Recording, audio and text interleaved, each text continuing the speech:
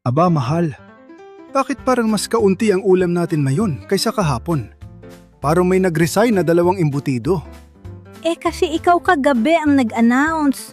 Mag-Sharon na kayo. Ayun, sineryoso ka ng lahat. Pa, pati Tupperware natin may bagong pamilya na. Pa, ako po yung nagdala ng ekstrang lalagyan para po siguradong walang masasayang. Lolo, si Sharon yung singer po ba talaga yan? Siya po ba yung kumain ng lumpia natin? Mga po, maupo kayo. Mukhang kailangan nating pag-usapan ng isang napakahalagang bahagi ng ating kultura. Kayo rin, class! Tara't makinig sa ating munting lecture today! Bakit normal ang pag-Sharon sa mga handaan? Ipaliliwanag dito sa The Taglish Explainer. Magandang araw sa inyong lahat. Ako si Professor Ipaliwanag ng University of Life. At ngayong araw, pag-uusapan natin kung bakit normal at halos inaasahan ang pag-Sharon sa mga handaan. Una sa lahat, ano ba talaga ang Sharon? Sa kulturang Pilipino, ang Sharon ay ang pag-uuwi ng pagkain mula sa handaan na may pahintulot at kasamang pasasalamat sa host. Hindi ito simpleng leftover. Isa itong ritual ng pasasalamat at respeto. Kapag sinabi ng host, magbalot kayo, hindi lang ibig sabihin ay kumain ka pa. Ibig sabihin niyan ay parte ka ng saya, welcome ka sa tahanan namin, at may maiuuwi ka para bukas. Sa ibang bansa, tinatawag nilang doggy bag. Sa atin, nag-evolve ito sa Sharon. Isang pangalan na naging verbo at simbolo ng kultura. Kung may handaan sa Pilipinas, sobra lagi ang luto. Kung 10 ang bisita, parang pang-20 ang pagkain. Bakit? Kasi mas nakakahiya ang magkulang kaysa sobra. Ang tradisyon ay simple. Ang bisita ay dapat may natatanggap pa para sa bahay. Kung may natira, hindi lang leftover, para ito sa bisita.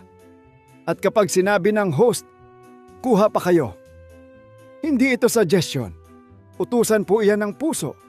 Ang Sharon ay extension ng hospitality. Hindi ka nag-Sharon dahil gutom ka. Nag-Sharon ka dahil nakikita mo ang effort ng nagluto at gusto mo rin itong dalhin sa bahay. Ang isa sa pinakamalalim na ugali ng Pinoy ay ang takot sa sayang. Marami sa ating mga magulang at lolo't lola ang lumaki sa panahon ng kakulangan. Sayang ang ulam, sayang ang kanin, sayang ang effort. Dahil dito, natural para sa atin na siguraduhing walang masasayang pagkain. Ang Sharon ay naging paraan para mapanatili ang ulam at kasabay nito, mapanatili ang alaala at tradisyon ng pamilya.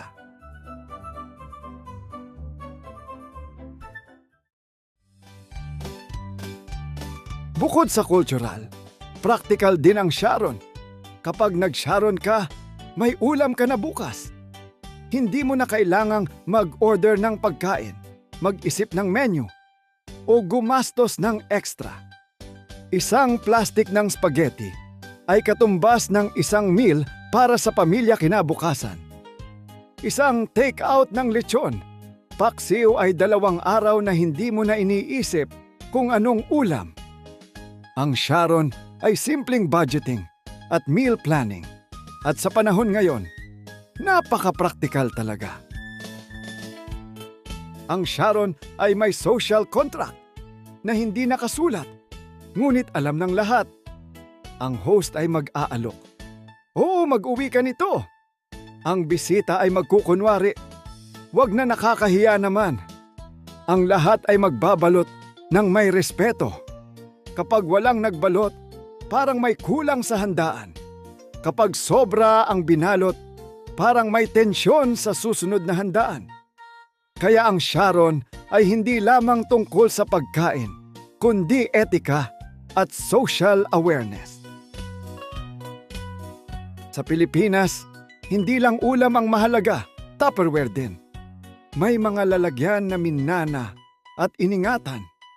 May mga lalagyan na naglalakbay sa buong barangay. Gamit sa 10 handaan. Parang simbolo ng kasaysayan. Kapag sinabi ng host, "Sayo na yan," hindi lamang gamit ang ibinibigay. Alaala na iyan na may kasamang respeto at tiwala.